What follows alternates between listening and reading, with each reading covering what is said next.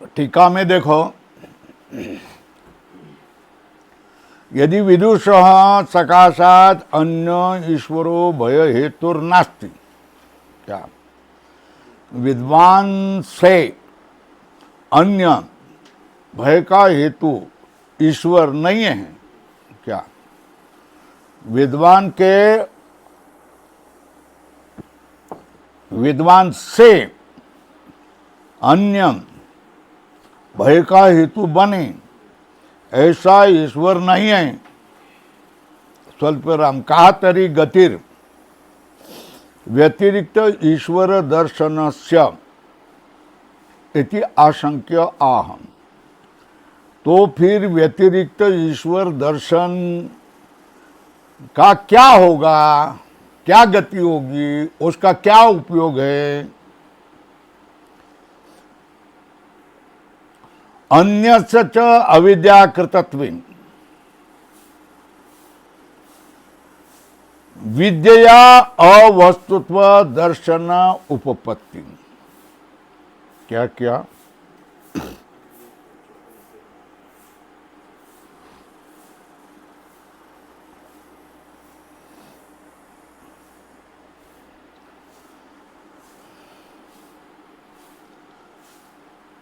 अन्य सच अविद्याकृतत्वेन,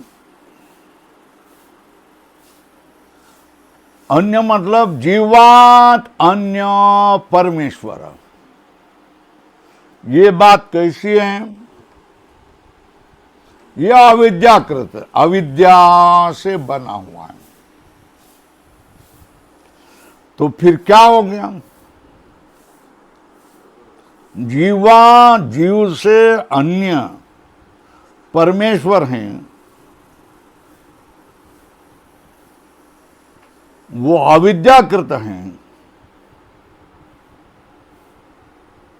तो विद्या से क्या होगा? अवस्तुत्व का ही दर्शन हो गया, उपपत्ति। पूर्ण विराम। तद ही द्वितीय चंद्रस्य असत्वम। चंद्र एक होता है, तुमको चंद्र दूसरा दिखाई देता है। वो द्वितीय चंद्र का असत्व क्या है? द्वितीय चंद्रस्य असत्वम। तो फिर कौन है? यद अतैमिरिकेण चक्षुष्मता न गृह्यते। पूर्ण विराम।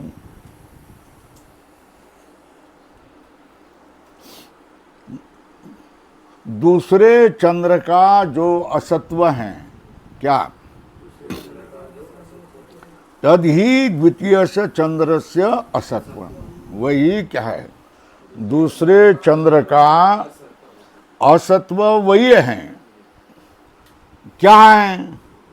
जिसको तिमिर रोग नहीं हुआ है, मोतीबिंदु रोग नहीं हुआ है, ऐसे चक्षु वाले ने उसका ग्रहण न करना। क्या? दो चंद्र जिसको दिख रहे हैं, वो किसको? तिमिर रोग जिसको हो गया है उसको। दूसरे लोग जो हैं उनको वो दूसरा चंद्र दिख नहीं रहा है। तो वो दूसरा चंद्र का असत्व क्या है? अच्छे आंख वाले जिसकी दृष्टि व्यवस्थित हैं उनसे न देखना, यही क्या? द्वितीय चंद्र से असत्व। क्या? द्वितीय चंद्र का असत्व क्या है? द्वितीय चंद्र से असत्व क्या है? अच्छा आंख वालों ने उसको नहीं देखना, यही द्वितीय चंद्र का असत्व है। तिमिर रोग जिसको होगा वो तो दूसरा चंद्र देखेगा, मगर तिमिर रोग जिसके नहीं है, दृष्टि अच्छी है, वो तो नहीं देखेगा। उसीलिए तो क्या? चंद्र का, द्वितीय चंद्र का असत्व माना जाता है। बराबर है। तुम अगर कहेंगे ऐसा ग्रहण किया नहीं जाता है। क्या है? ऐसा न गृह्यते, अच्छे आंखों वालों ने नहीं ग्रहण किया जाता है, ऐसा नहीं। नैवं न गृह्यते इति चेत, न स्वल्प विराम सुप्त समाहितयोर अग्रहणात्, जो सोया हुआ है और जिसने समाधि लगी है वो तो ग्रहण कहते हैं, उसको भी क्या हो गया? अग्रहण होता है। न एवं न गृह्यते इति चेत, न गृह्यते इति न, है ना? क्यों? सुषुप्ति में समाधि में अग्रहण होता है ना। किसका? द्वितीय चंद्र का अग्रहण होता है। सुषुप्ते अग्रहणम अन्यासक्तवत इति, सुषुप्ति में जो ग्रहण नहीं होता है वो जैसा दूसरे में मन आसक्त होगा तो ग्रहण नहीं होता है ना। क्या काकड़े में लोग बैठते हैं कि नहीं? चिंतन दूसरा चलता है, ऐसा ही चलता है कि नहीं? तो मन दूसरे में आ सकता है ना, मुख से बोला नहीं जा रहा है ना, और चित्त दूसरे में है। उगीच आलो इथे, होतो ते घरी बरे होतं, आईने कुठे लावलं, सकाळी 4 वाजता उठावं लागतं. चिंतन असं आहे ना. तर तो भजन काय करणार आणि काय करणार, ऐकणार काय आणि म्हणणार काय, त्याला झोपच येते तिथे. इसको कहते अन्यत्र आसक्त मन, है ना. तो सुषुप्ति में जो वस्तु का ग्रहण नहीं होता है उसका कारण का? मन अन्यत्र आसक्त होता है इति चेत प्रश्न चिन्ह. बोलते हैं मन अन्यत्र आसक्त होने के लिए कोई अन्य होने की जरूरी है ना. क्या? सुषुप्ति में मन अन्यत्र आसक्त होने के लिए सुषुप्ति में दूसरी कोई वस्तु होने की जरूरी है ना. दूसरी कोई वस्तु होती है क्या? उसको ही बताते न सर्व अग्रहणार्थ. क्या कहा? ऐसा नहीं कहना चाहिए. अन्यक्त आसक्त मन के कारण सुषुप्ति में ग्रहण नहीं होता है, तो ये बराबर नहीं है. क्यों? सर्वस्य अग्रहणात्. सर्वाग्रहणात् का अर्थ क्या है? सर्वस्य अग्रहणात्. कुत्र? उपनिको सुषुप्तौ. सुषुप्ति में किसी का भी वस्तु का ग्रहण नहीं होता.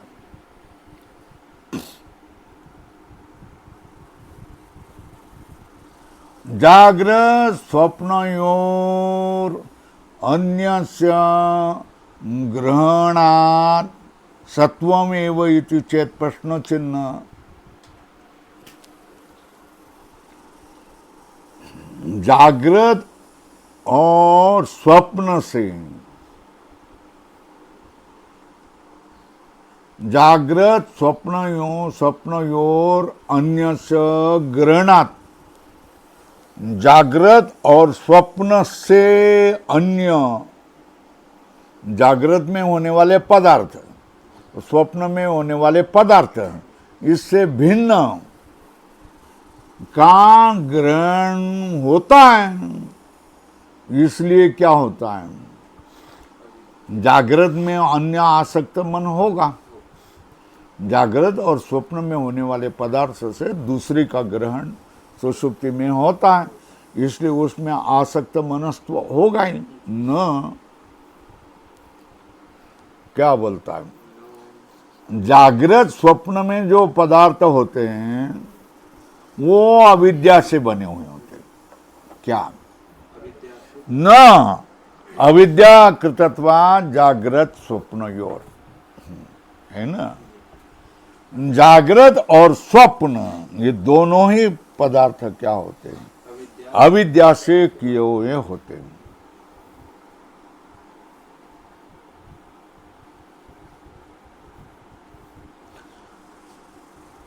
क्यों? यत अन्य ग्रहणम जागृत स्वप्नयोश, जागृत स्वप्न में जो अन्य ग्रहण होता है तद अविद्याकृतम, क्या जागृत स्वप्न में जो अन्य ग्रहण होता है वो तो अविद्या से किया होता है। क्यों? अविद्या नहीं होगी तो नहीं होता है, इसलिए अविद्या भावे, अविद्या का अभाव होने पर उन वस्तुओं का भी क्या होता है? अभाव होता है। अविद्या से ही वो वस्तु है, अविद्या होगी तो वो वस्तु होगा। कहाँ? जागृत और सुषुप्ति में। और अविद्या नहीं होगी तो वो वस्तु को नहीं मानेगा, वो नहीं, सब मिथ्या है मानेगा।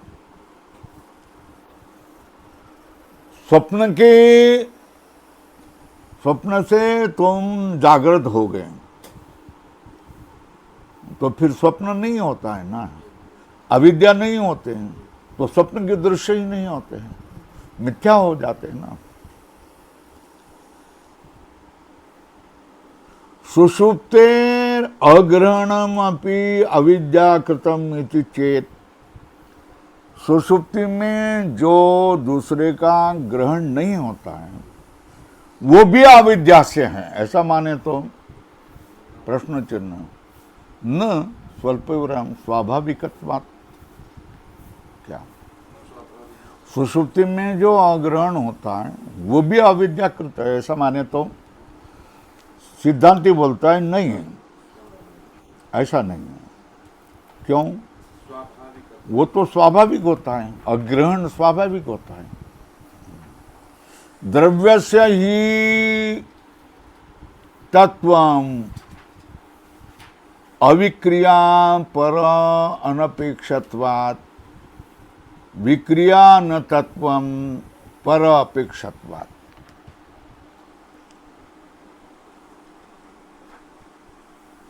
अविद्या का लक्षण क्या है ना? कहाँ? टीका में देखो, क्या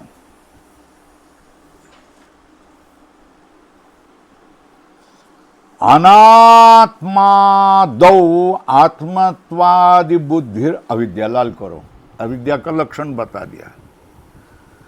अनात्म पदार्थ में आत्मत्व बुद्धि होना ये अविद्या है।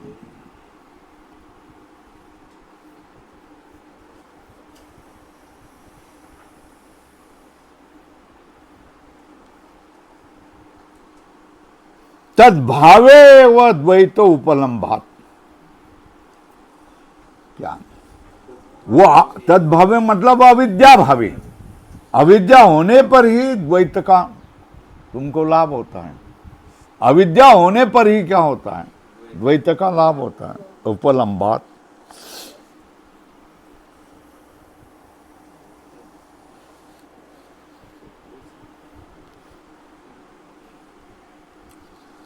ज्ञान हो रहा है इसलिए वो वस्तु है, ऐसा नहीं माना जाता है।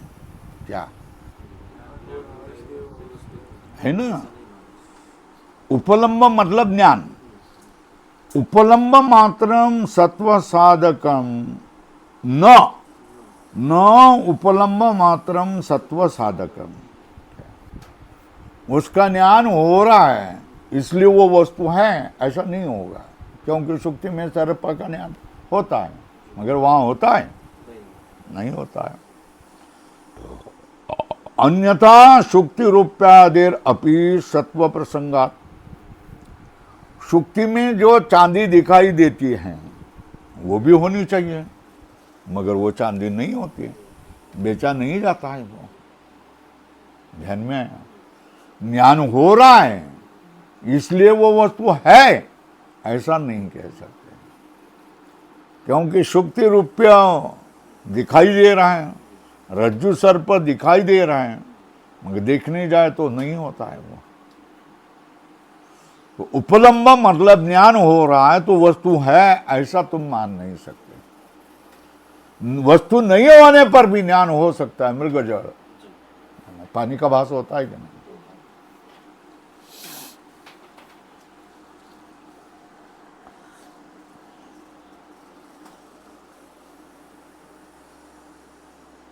ना अविद्या हो गया ना।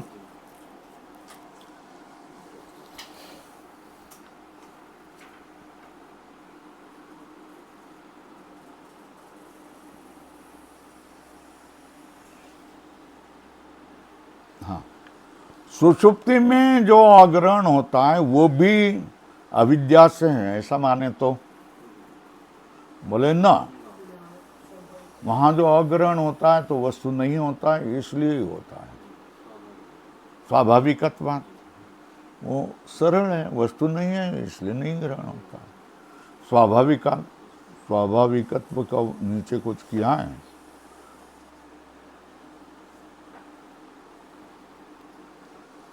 टीका में देखो, सुषुप्ते द्वितीय से मतलब द्वैतस्य अग्रहणम अपि लय रूप अविद्याकृतम, द्वैत लय रूपम अविद्याकृतम, न तो भेदा भाव निबंधन, भेद नहीं होता है इसलिए अग्रहण होता है ऐसा नहीं।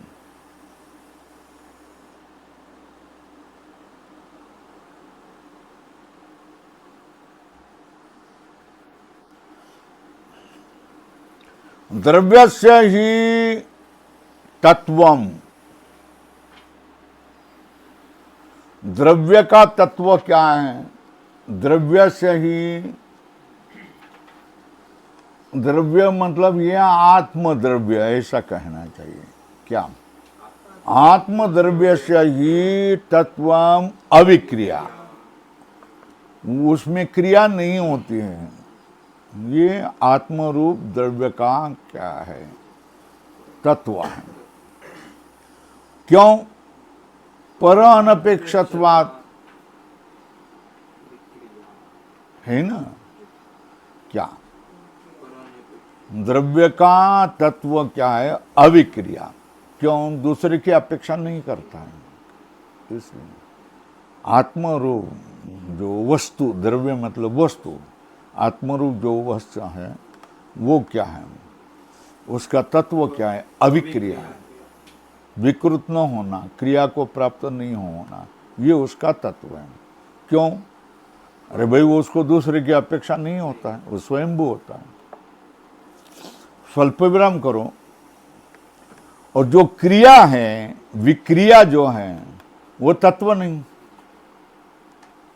क्या है? जो विक्रिया होगी वो तो तत्व नहीं होगा। क्यों नहीं तत्व होगा? परोक्ष नहीं, पर अपेक्षात्व। क्रिया कोई भी होने के लिए करता चाहिए। कर्म, करण, संप्रदान, अपादान, अधिकरण, ये 6 चीजें कारक तो लगेंगे ना। पर मतलब क्रिया न तत्वम पर अपेक्षत्वात्,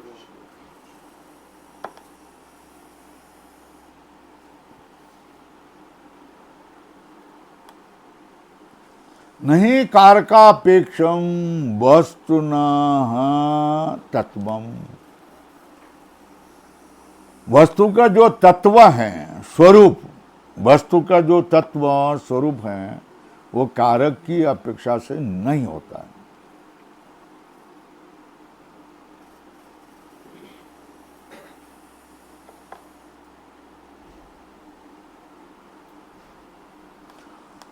बराबर है। किसी भी कारक के अपेक्षा से वस्तु का तत्व नहीं होता।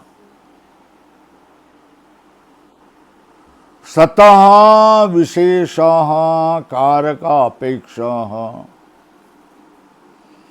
जो कारक का अपेक्षा करने वाला विशेष हो तो तो वो विशेषस्य विक्रिया, वो क्या हो गया, विशेषी क्या हो गया,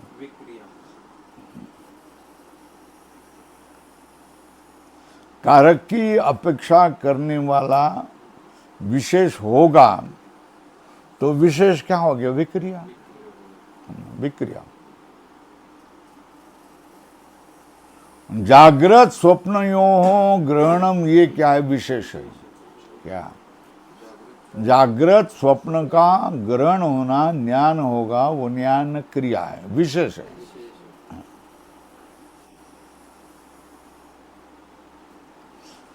तत्व का लक्षण क्या, यदि यस्य अन्य अपेक्षम स्वरूपम तस्य तत्वम, लाल करो, यदि यस्य न अन्यापेक्षम स्वरूपम, यदि यस्य न अन्यापेक्षम स्वरूपम तत्तस्य,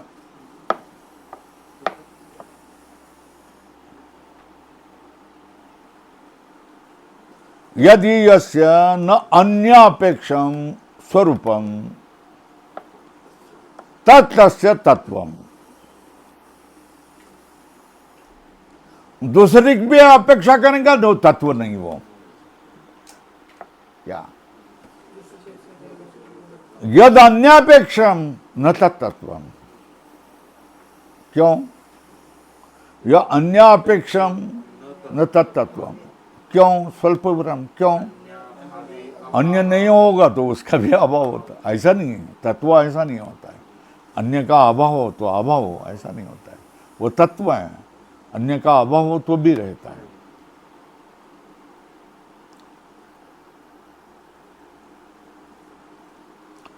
तस्मात् स्वाभाविकत्वात्, स्वाभाविक होने से, जागृत स्वप्नवत न सुषुप्तेर विशेष, जागृत और स्वप्न में विशेष होता है, मगर स्वाभाविक होने से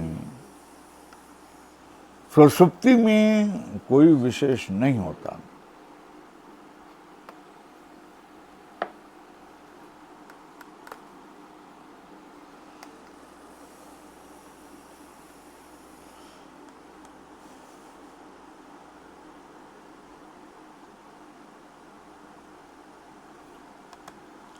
यहां से क्या कहा है,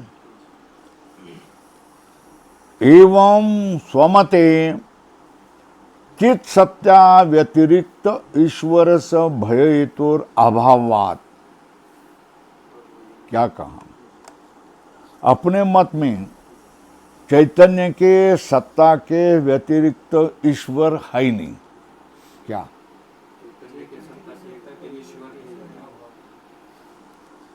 चित सत्ता व्यतिरिक्त ईश्वर से भय हेतुर अभावात, उभयम विदुषः संभवति,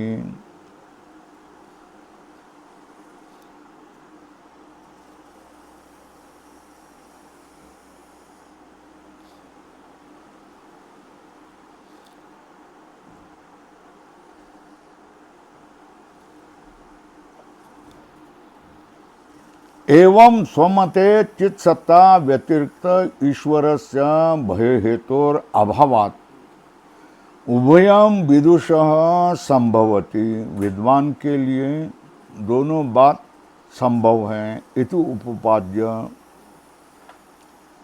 पहला द्वैतीय पक्षे तत् असंभवम आह, क्या, चित सत्ता व्यतिरिक्त ईश्वर भय हेतु न होने से विद्वान के लिए भय नहीं होता है, ये ग्रहण करके द्वितीय पक्ष में क्या, चित सत्यरिक्त ईश्वर से भय हेतु का अभाव नहीं होता है तो भय हेतु होता है। ऐसा पुनर्ईश्वरो आत्मनः अन्य,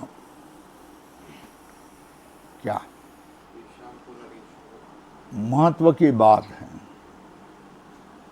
जो लोग आत्मा से अन्य मतलब इतर ईश्वर को मानते हैं, क्या येषां पुनः अन्य आत्मना,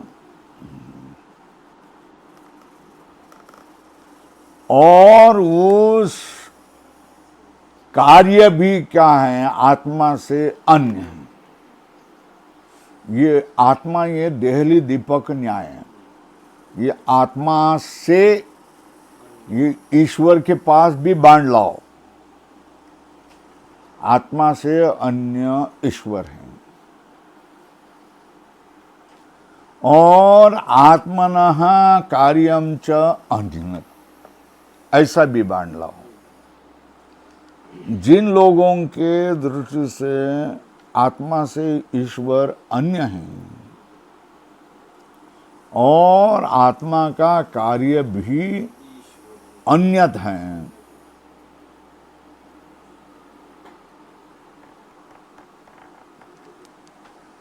तेषां भय भय भय अनिवृत्ति, क्या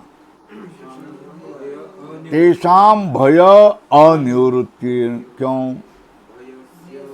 अन्य निमित्तत्वात्, भय जो है अन्य के निमित्त हैं, इसलिए उनके लिए भय की निवृत्ति नहीं होगी। बराबर है। जिनकी क्या होगा, ईश्वर अन्य है, आत्मा से ईश्वर अन्य है और आत्मा का कार्य भी आत्मा से अन्य है, उनकी भय की निवृत्ति नहीं होगी। क्यों? भय जो है अन्य ईश्वर है, आत्मा से भिन्न ईश्वर है, उससे भय है, तो भय का निमित्त अन्य हो गया ना। तो भय अनिवृत्ति, क्यों? भयस्य अन्य निमित्तत्वात्, भय ये ईश्वर के निमित्त से हो जाता है, सत्वात्। अब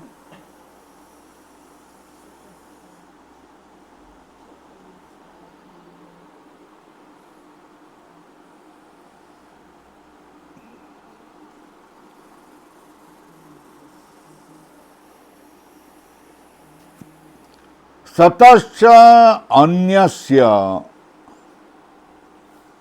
आत्महान अनुपत्ति ही, अन्य ईश्वर होने पर आत्मा की हानि नहीं होगी। न च असतः आत्मलाभ,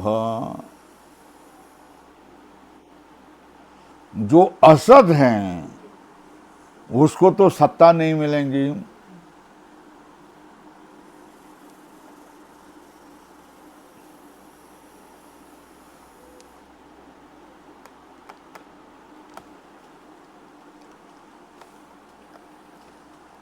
न च असत आत्मलाभ, जो असत वस्तु होगी उसको तो सत्ता का लाभ नहीं होगा।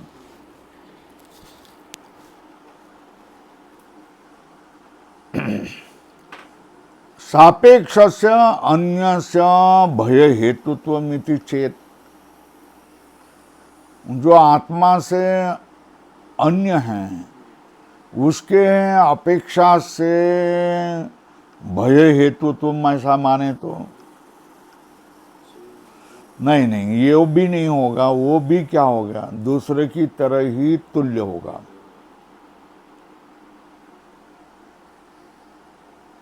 यत् अधर्मादि अनुसायीभूत नित्यम अनित्यम वा निमित्तम अपेक्ष अन्य भय कारणम स्यात्,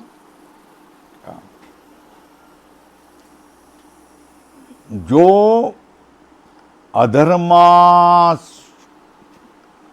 के पीछे साहिभूत जो नित्य और अनित्य हुआ,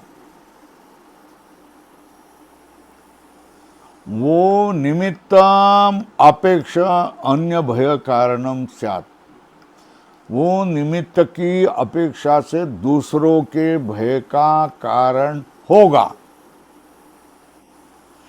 तो तच्चापि तथा भूतस्य आत्महान अभावात्, वैसा भी जो है उसकी आत्महानि न होने के कारण भावात भय निवृत्ति आत्महानि वा सद असतोर इतरेतर आपतो सर्वत्र अनाश्वास। ये कुछ हमने अच्छी तरह समझाया नहीं है, कल अच्छी तरह समझा दूंगा, ठीक है। तथा भूतस्य आत्मभावात् भय अनिवृत्ति आत्महाने वा सद असतोर इतरेतर आपतो सर्वत्र अनाश्वास। आत्मा की हानि हो जाए, सत और असत इतरेतर आपत्ति हो जाएगी, सर्वत्र। अनाश्वास का अर्थ है अविश्वास हो, किसी में भी अविश्वास नहीं रहेगा।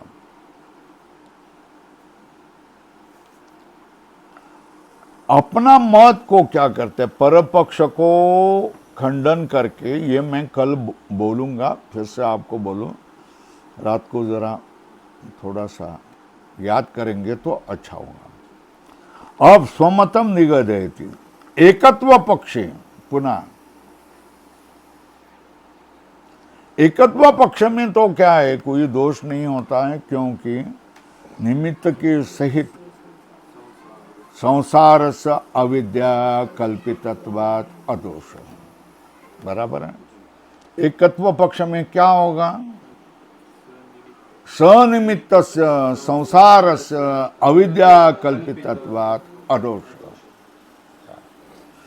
जो निमित्त के सहित, कारण के सहित संसार, पूरा संसार अविद्या से कल्पित है, इसलिए क्या होता है,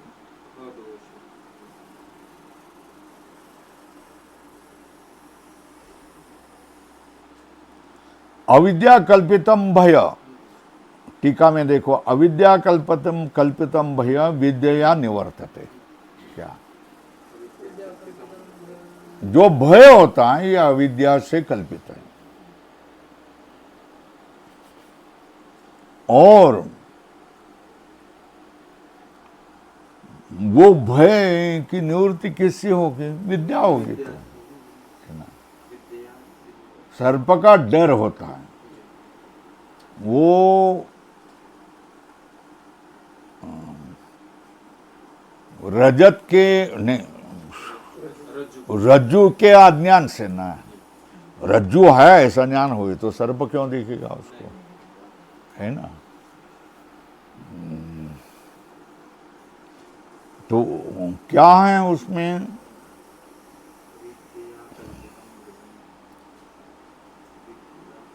एकत्व पक्षे पुनः सनिमित्त संसार से अविद्या कल्पित्वात् अदोष।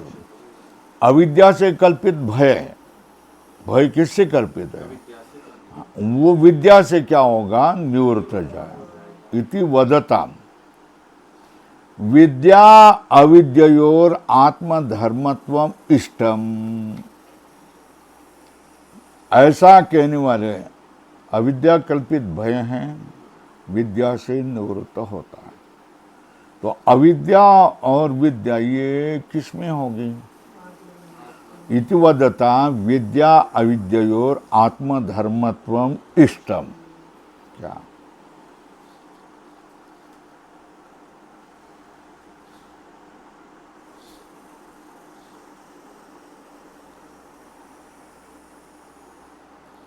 बोलते हैं, भयादि कार्य से, भय आदि ये कहा आत्मनि एव अविदित सत्वात्, भयादि कार्य से आत्मनि एव अविदित सत्, अविदित सतत्वात्, और कार्य और कारण, भय और अविद्या। कार्य कौन? भय। कारण कौन? अविद्या। ये समानाधिकरण होते हैं, एक ही आश्रय में रहेगा। क्या? भय जिसमें रहेगा उसमें ही क्या हो गया? उसका कारण अविद्या रहेगी। समानाश्रयत्वात् समानाधिकरण्य नियमात् इति भाव तैमिरिक दृष्टस्य द्वितीय चंद्रस्य न आत्मलाभो नाशो वा अस्ति। तिमिर रोग हुआ है ऐसे आदमी को जो द्वितीय चंद्र दिखाई देता है, वो चंद्र वास्तव में होता है क्या? न आत्मलाभ हो। तो फिर तैमिर चला गया तो द्वितीय चंद्र नष्ट हो गया, तो वास्तव में नाश होता है क्या? द्वितीय चंद्र वास्तव में उद्भूत होता है क्या? नहीं। उसका नाश होता है क्या? नहीं ना। दोनों भी क्या है? नहीं होता है, एकत्व है ना। तैमिरिक दृष्टस्य ही द्वितीय चंद्रस्य न आत्मलाभो नाशो वास्ति। जिसने आंख के दोष के कारण या अंधार के दोष के कारण रज्जु में सर्प देखा, वो वस्तुतः वहां था क्या? आत्मलाभ, स्वरूप लाभ। और रज्जुरियम है ये कहने पर रज्जु सर्प दिखाई दिया, उसका नाश हुआ क्या? वास्तव में नहीं है।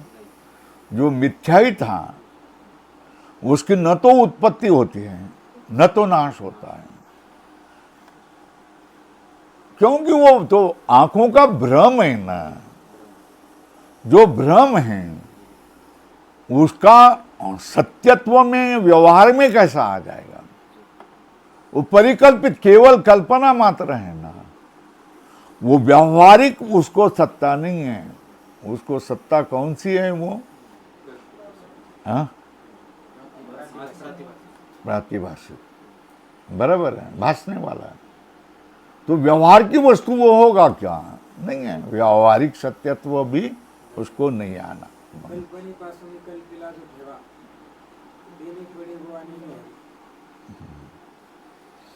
जे कल्पनेनंच केलेला आहे, त्यामुळेच आपण कल्पित भय होतं, आणि कल्पित काय होतं? भय नाश होतो। वो वास्तव में उसका उत्पत्ति ही नहीं होती है, और क्या होता है? नाश ही नहीं होता है। बराबर है। नाशो वास्ते विद्या अविद्ययो तद्धर्मत्वम इति चेत। विद्या और अविद्या ये दोनों ही तत् मतलब आत्मा के धर्म है, ऐसा माने तो क्या? क्या माने? और अविद्या ये दोनों ही आत्मा के धर्म है, ऐसा माने तो चेत प्रश्न चिन्ह न प्रत्यक्षत्वात्। क्या? न, क्योंकि वो प्रत्यक्ष उसका लाभ होता है ना। क्या? किसका? विद्या और अविद्या का हमको प्रत्यक्ष होता है। विद्या का अर्थ क्या है? विवेक। और अविद्या का अर्थ है क्या? पर्यायवाची शब्द क्या है? अविवेक।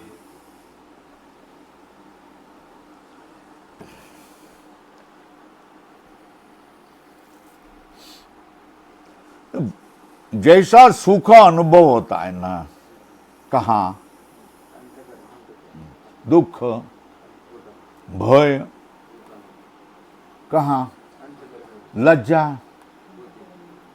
अंतःकरण में ना। हिंसा, अहिंसा, दया, करुणा, बराबर है ना। ये जैसे अंतःकरण में होते हैं, उसी तरह विद्या और अविद्या ये अंतःकरण के धर्म है, प्रत्यक्ष होता है ना। अपने मन में हम बोलते हैं ना, माझ्या मनाला सुख झालं म्हणतात, अंतःकरण को सुख हुआ, बोलता है वो, प्रत्यक्ष अनुभव आता है ना। काय मी अजूनपर्यंत भ्रांतच होतो हूँ, स्वामीजी तुम्ही मला शिकवलं म्हणून माझी सगळी भ्रांती गेली, बरोबर आहे।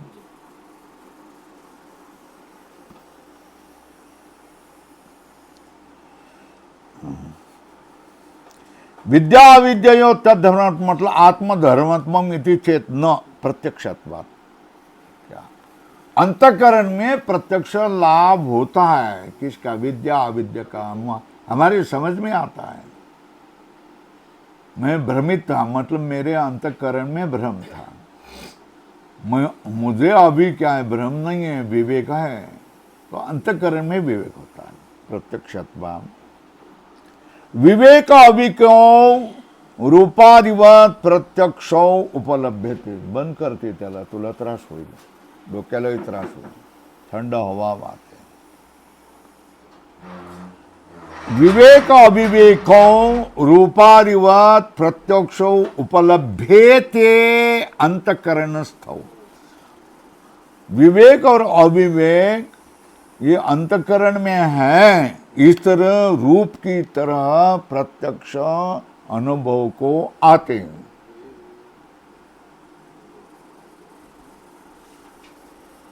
नहीं रूपस्य प्रत्यक्षस्य सतः द्रष्टृधर्मत्वम।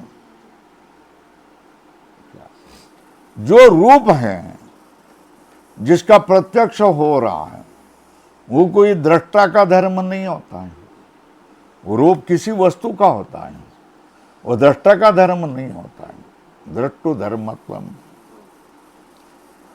अविद्या च स्वानुभवेन निरूप्यते।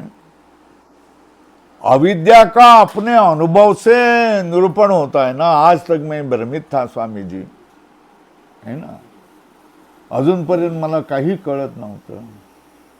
इथे आल्यावर थोडं थोडं कळायला लागलं आणि याच्यानंतर खूप कळेल ना। इथे ज्या वेळेला तुम्ही आलात त्यावेळेला तुमची काय परिस्थिती होती मनाची, अंतःकरणाची, याचा विचार करा। आता बऱ्यापैकी कळायला लागलेलं आहे, समजायला लागलेलं आहे, समजावून सांगितल्यानंतर समजायला लागलेलं आहे, एवढं तर नक्की। अविद्याच्या स्वानुभवेन निरूप्यते। कैसा? स्वल्पविराम मूढो अहम अविविक्तम मम विज्ञानम। क्या? मैं मूढ़ हूँ, मेरा क्या ज्ञान ठीक नहीं है इति। उसी तरह विद्या विवेको अनुभूयते। क्या? विद्या विवेको, विवेक का भी अनुभव होता है। उपदिशन्ति च अन्येभ्यः आत्मनो विद्यां बुधाः। जो विद्वान लोग हैं आत्मा की विद्या को दूसरों को तो बताते हैं। तथा च अन्य अवधारयन्ति। विवेकी लोग दूसरों को विद्या बताते हैं, दूसरे लोग उसका निश्चय भी करते हैं कि नहीं। अवधारयन्ति। तस्मात् नाम रूप पक्षस्यैव विद्या अविद्येच। नाम रूप पक्ष का ही क्या है? नाम और रूप किसका होता है? माया में नाम रूप होता है ना। नाम रूप पक्ष से वह विद्या और अविद्येच। नाम और रूप आत्मा के धर्म है क्या? नहीं है। नाम रूप जिसका होगा वो अविद्या का ही है।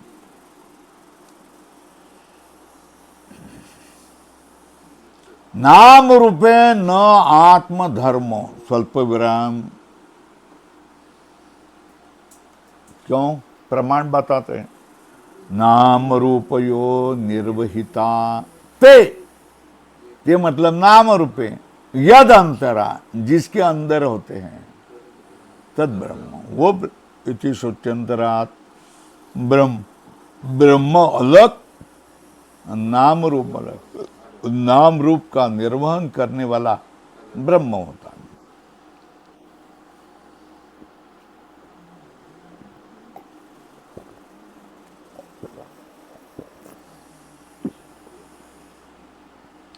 नाम रूपयो निर्वहिता ही यद अंतरा तद ब्रह्म इति श्रुत्यंतरा ते च पुनर्नाम रूपे सवितरी अहोरात्रे इव कल्पिते स्वल्प विराम न परमार्थ तो विद्यमाने। पैराग्राफ बदल,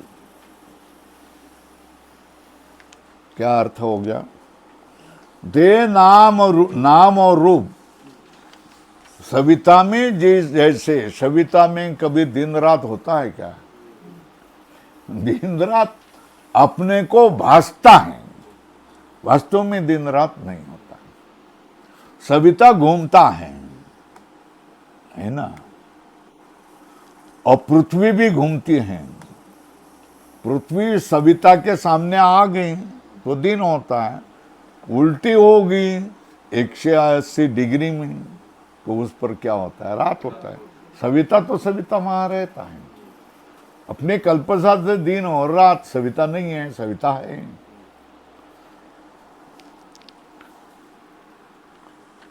सवितरी अहोरात्रे इव कल्पिते, कौन? विद्या विदे नाम रूपे ते च पुनर्नाम रूपे सवितरी अहोरात्र इव कल्पिते। सविता में जैसे अहोरात्र होते हैं उस तरह कल्पित होते हैं। न परमार्थ तो विद्यमान, परमार्थ रूप से वो विद्यमान नहीं होते। वास्तव में दिन और रात वास्तव में नहीं होता है। सविता तो जलता रहता है, उसमें दिन रात कैसा होगा? नहीं होगा। हम लोग कल्पना करते हैं पृथ्वी के विरुद्ध दिशा में क्या होगा? सूर्य होगा तो हमको रात्र होता है, पृथ्वी के सामने होगा सूर्य तो दिन होता है। अब क्या करो? पैराग्राफ बदल दो। अभेदे, अभेद होने पर क्या होता है? एतम आनंदमयम आत्मानम उपसंक्रामति। क्या? अभेद होने पर इस आनंदमय आत्मा को मिलता है उपसंक्रामति इति। कर्म कर्तृत्व अनुपत्ति रीति चेत, अभेद अगर माने तो एतम आनंदमयम आत्मानम उपसंक्रामति, ये कर्म जो है वही कर्ता बन गए हैं, इसकी क्या अनुपत्ति? ऐसा नहीं होगा। इति चेत प्रश्न चिन्ह न, प्रत्यक्ष जाना आना नहीं होता है भाई, विज्ञान ज्ञान ही होता है। वास्तव में जाना आना नहीं होता है, क्रिया नहीं होती वास्तव में। वास्तव में विज्ञान में आनंदमय को संक्रमण करता है, ऐसा नहीं। वो कैसा है? न विज्ञान मात्रत्वात् संक्रमण ही यह एक देश से निकल करके दूसरे देश में जाना ऐसा नहीं होता है। तो संक्रमण ये ज्ञान रूपात्मक संक्रमण है। अपनी बुद्धि को बदलना है। क्या है? अपनी बुद्धि को क्या करना है? बदलना है। जैसा विज्ञानमय कोश अलग है और आनंदमय कोश अलग है, ये बुद्धि होगी ना। बुद्धि बदल दो। नहीं, विज्ञानमय कोश आनंदमय कोश से भिन्न नहीं है। विज्ञानमय कोश आनंदमय में ही है, बराबर है। ऊपर वाला कोश कौन है? विज्ञान में। अंदर वाला कोश कौन है? आनंद में। वो दोनों एक ही आनंदमय का ही ये आवरण है। तो यहाँ अभेद तुमने किया ना, तो संक्रमण मतलब क्या करना? जो भेद था वो तुमने अभेद मानना, ज्ञान करना, यही संक्रमण। वास्तव में अन्नमय क्या है? विज्ञानमय कोश, आनंदमय कोश तो मिलता है, इधर से इधर चला जाता है, ऐसा कुछ नहीं होता है। हम अपनी बुद्धि बदलते, वेदांत में अपनी बुद्धि ही बदलना है, दूसरा कुछ नहीं करना है। न जिह्वा लंबी करनी है, न सांस रोकना है, न क्या है आसन करना है, न तो प्राणायाम करना है, न समाधि लगानी है, कुछ नहीं। बुद्धि की कक्षा बड़ी करनी है, बुद्धि को सचेत की चेतना की ओर लेके जाना है। एतम आनंदमयम आत्मानं सुख उपसंक्रामति इति कर्म कर्तृत्व अनुपत्ति रीति चेत। कर्म और कर्तृत्व की अनुपत्ति आ जाएगी, नहीं होगा, कर्म कर्तृत्व नहीं होगा। बोलते हैं ना, ये क्या वास्तव में संक्रमण नहीं है ना, विज्ञान मात्रत्वा बुद्धि ही बदलनी, यही संक्रमण है। न जलू का है ना, स्पष्ट है। जलू का मतलब उंट अड़ी, ये देखो,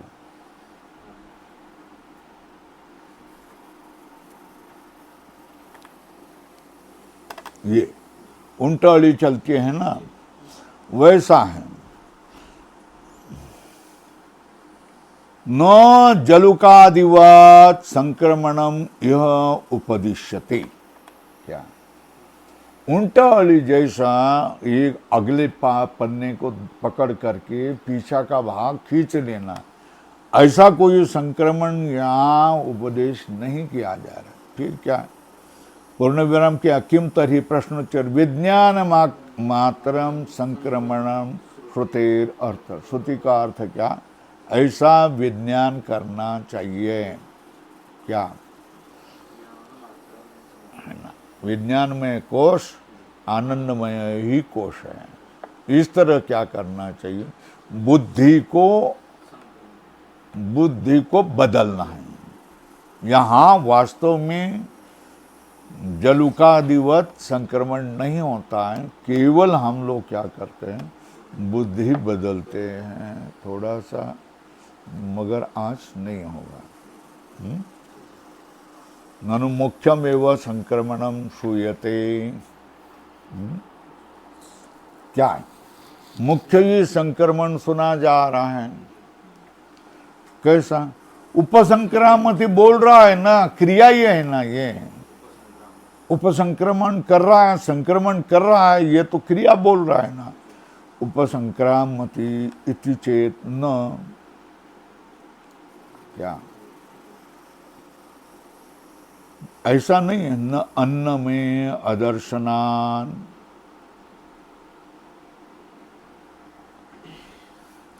न अन्न में अदर्शनात्, अन्न में न के बाद में स्वल्प विराम, अन्नमय कोश में ऐसा संक्रमण नहीं दिखाई देता है।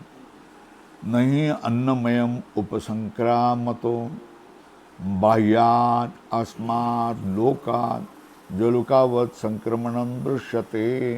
क्या अन्नमयम उपसंक्रामतो बाह्यात् अस्मात् लोकात् जलुकावत् संक्रमणम न दृश्यते, अथवा दूसरे किसी प्रकार से भी संक्रमण नहीं दिखाई देता है।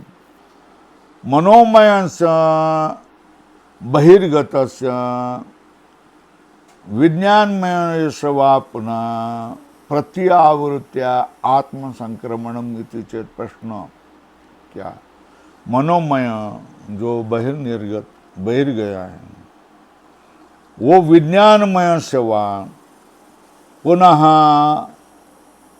प्रत्यावृत्ति, आवृत्ति प्रत्यावृत्ति, यही क्या आत्म संक्रमण ही अन्नमय का प्राणमय को, प्राणमय का विज्ञान मनोमय, मनोमय का विज्ञानमय, विज्ञानमय का आनंदमय कोश को प्रत्यावृत्ति संक्रमण नीति चेतन स्वात्मनि क्रिया विरोधा, आत्मा में कोई क्रिया नहीं होती। स्वात्मनि क्रिया विरोधा अन्यो अन्नमयम अन्यम उपसंक्रामति इति प्रकृत्य। क्या अन्यो अन्नमयम उपसंक्रामति, क्या क्रियावल अन्यो अन्नमयम उपसंक्रामति, अधोरेखा करा ये प्रकरण करके स्वल्परा मनोमय विज्ञानमय को, विज्ञानमय आनंदमय को, आनंदमय आत्मा को, है ना। मनोमय विज्ञानमय वा स्वात्मानम एव उपसंक्रामति इति विरोध स्यात्। मनोमय विज्ञानमय ये अपने को स्वात्मनि क्रिया विरोधात् अन्यो अन्यमयम उपसंक्रामति इति प्रकृत्य मनोमय विज्ञानमयो वा स्वात्मानम एव उपसंक्रामति, ये विरोध है साथ। तथा न आनंदमय से आत्मसंक्रमणम उपपद्यते, आनंदमय का भी आत्मा की ओर संक्रमण संगत नहीं है। तस्मात् न प्राप्ति संक्रमणेन, इसलिए क्या संक्रमण से प्राप्ति ये क्रिया नहीं लेना, दूसरे को पहुंच जाना ये क्रिया नहीं लेना। तस्मात् न प्राप्ति संक्रमणेन नापि अन्नमयादीनाम अन्यतम कर्तुकम संक्रमणम। क्या अन्नमयादि जो 5 हैं उनमें से किसी एक जो करता है उसका संक्रमण है, ऐसा भी नहीं है। या संक्रमण दूसरे को प्राप्ति है, ये भी नहीं। अथवा अन्नमयादि 5 है उनका संक्रमण का कर्ता बनना, ये भी नहीं है। दूसरे को प्राप्ति है तो संप्रदान भी नहीं है या कर्म भी नहीं है।